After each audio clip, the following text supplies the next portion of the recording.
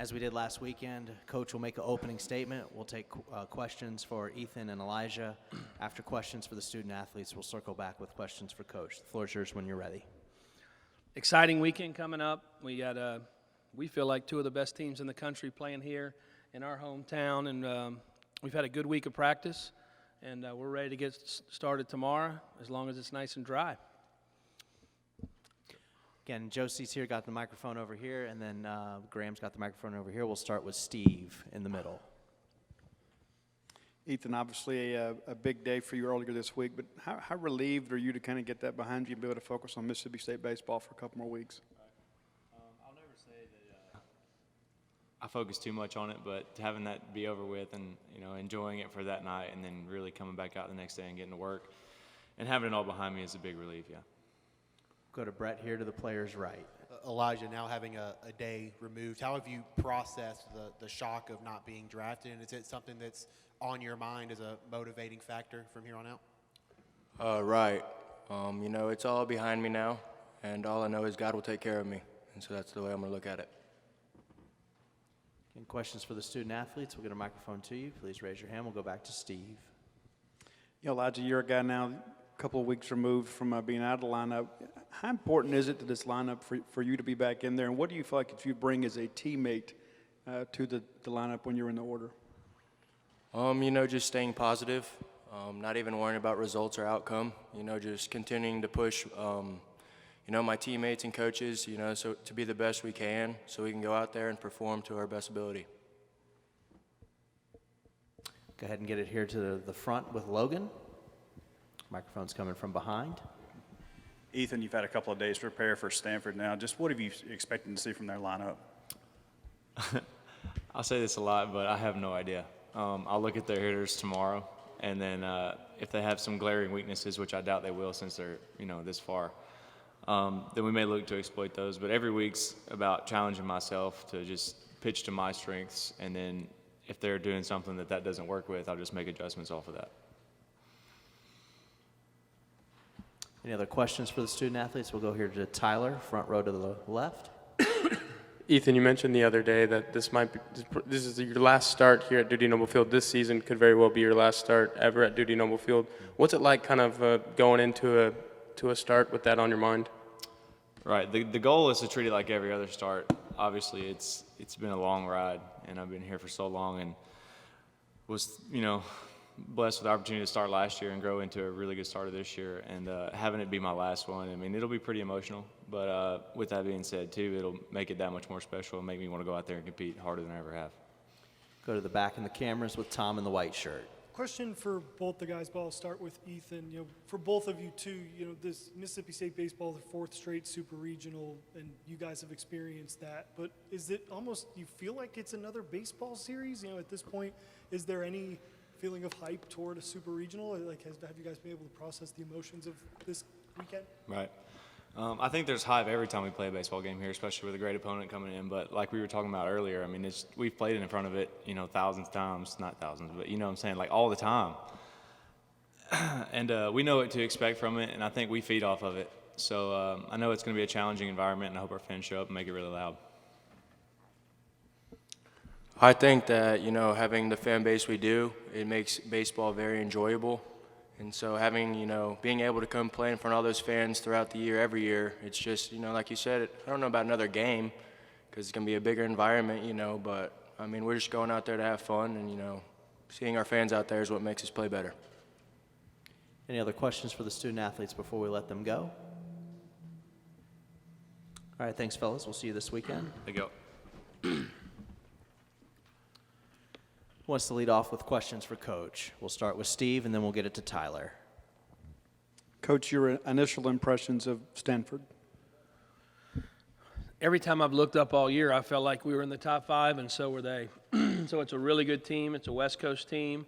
3 good starters, really good bullpen, and lineup-wise for them, it's a lot of power. So we're going to do a great job of making pitches. But it's like Mississippi State. It's just on the other coast. This is one of the top programs in college baseball, so it should be a great weekend to play. Go ahead and get the JT Ginn question out of the way. How's he feeling, and is he available this week?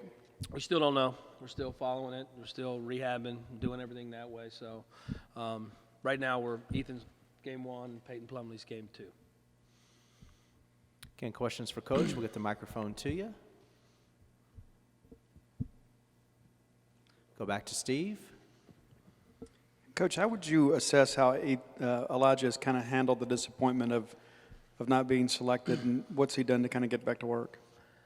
That was as great of the 3 days of the draft for our program for the most part. It's crushing when you see that with Elijah. Just as a coach, and I know for him, every kid that comes here, that's their goal, is to move on and play at the next level. So it was a tough first day, but the next day he came out, smile on his face like he always does.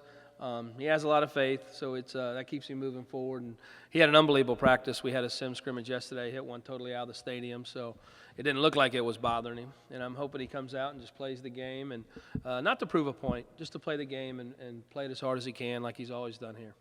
We'll go to Brett to Coach's right on the front row. Rowdy, his season, he kind of fought through it a little bit at the beginning, but now he's really got it turned on at the right time. He did a little bit of that last year. I mean, what do you see in his swing that is at its best right now, and why is he primed to hit in the postseason? He's not thinking about it, so he's not a great thinker. So just point him to the plate and let him play. Early in the year, he just got caught up thinking about it and trying to do too much. And now that he's relaxed and playing, and he's probably one of the more enjoyable kids to coach. He's always in a great mood, but he runs out there and just, if he just relaxes and let the game comes to him, he's really good. And you're seeing that right now. And then he just seems to be, some kids have that about him in the postseason. They're postseason players. Go ahead and get it here to the front with Logan to Coach's left. Yeah, 4 signees drafted the other day. 3 of them have already said they're probably going pro. Have you talked to Andre at all? Have you had any conversations with him? We've had some conversations. So, we've gone back and forth a little bit, just kind of trying to – this is a wait-and-see process, so we're just trying to wait and figure it out and see where we're at. We felt like we did a pretty good job getting through the draft. We have some really good, talented players coming, but we're still waiting to hear from a couple guys. Go ahead, Steve. Coach, in the last few starts for Peyton Plumlee, he's one on the road at College Station, one on the road at Ole Miss, and then comes in here and wins an NCAA regional clinching game. How important is it to have a guy with that level of experience on the mound in times like these? It's been a big push this last month. I mean, he's pitched really well. I thought he was awesome last week. That lineup from Miami made me a little nervous. So some big hitters, and they were just on fire. Ball was jumping out of the park, and then Peyton came out and they hit the ball into the dirt all night long, and we were able to, fill a lot of ground balls. But it's a big push for us right now, and I think having a senior who's been around the block and goes out there and just competes is huge for us. We'll get it back to the front left here with Ben. Coach, you mentioned obviously Miami had a lot of home run hitters on that lineup. I mean, does that help simulate a little bit what Stanford's bringing in? Yeah, it's pretty similar in some ways. The difference is it's rights and lefts. It seemed like Miami had a lot of lefts. Stanford has a lot of rights. So hopefully the wind's blowing in from left and out to right, and maybe is what we need. But they're very similar, but we just got to make our pitches. I feel like if our pitchers make our pitches, we'll be fine. I think you guys only lost 2 SEC series all year. What's it like, or what's the message to the team? Obviously, you want to win all those series, and how much does that help in a situation like this week where it's 2 out of 3, you advance, you go to the College World Series? I've said this every week, and I say it to our kids, and they get bored hearing it, and y'all probably get bored hearing it too. Our message has been so focused on them, and I say it confidently because I feel like we have a really good team. It's about us. And so if we prepare, if we play the game the right way, if we show up and do what we're supposed to do, we usually win. And Stanford's a really good team, but I just don't, it's about tomorrow's game. I think it'd be 50 for us. And so it's a big piece of them just going out there and playing the game as well as they can play it. And if we lose, then we lose. But I can go to bed at night knowing we did everything for our ball club. And so we have been really focused on just us lately, and probably since Arkansas. So I think that's really been our message, and they've played really well. They played well before Arkansas too, but they don't. You heard it from Ethan. Our kids, unfortunately, they're more worried about going and catching a fish today than what Stanford's lineup. And I don't mean that in disrespect to Stanford, but these kids don't think like that. So they're ready to play. We'll go to the back in the cameras with Tom. Going off that same thing, Ethan mentioned on Wednesday, he also said today that he really hasn't looked at Stanford's lineup. Is that normal, or is it just about trusting It's normal. stuff? It's not against Stanford. It's just normal. And he'll come in and do it tomorrow. he'll do some prep work tomorrow, but he doesn't fret all week about the opponent. He's more about getting himself ready to pitch and do, and then mentally before the game he'll start to figure out, hey, I got so many rights, so many lefts. Hey, there's runners here, there's power here. I mean, he'll take the time to sit down and do that, but that's how a lot of we do it game day. I have a hard time getting to a meeting talking to our team sometimes, so they don't stay focused on me too long. The same thing with scouting reports. We do it, a couple hours prior, lock into it, but we go back to, hey man, it's about us. Let's do things the right way and play the game the right way. Anything else for Coach before we let him get out of here? We'll go back to the cameras again and Tom. You mentioned in your opening statement about the weather, but is it, obviously with all the scenarios going on, with if a game goes on, if it gets postponed, is it ever a thought of, this could be a one-game series, it could be... I don't think that ever happens. I mean, it was supposed to rain all day today, and we just had a beautiful practice. So I have a hard enough time coaching, so I leave. And the good thing about stuff like this is everybody else is in charge of just tell us when to be there, and we'll be there and be ready to play and give our fans about an hour, and they'll be there too. So we just need a gap of time to be able to play. And both teams, the NCAA will do a great job of getting us set up to play. I was just, pretty much just, I told our team, we could have some rain, it could stop, it could move a start time, but just prepare yourself to be ready to go. And we can't control it. We know it's one of those things, and it's probably all across the country right now. I think a lot of people are dealing with it.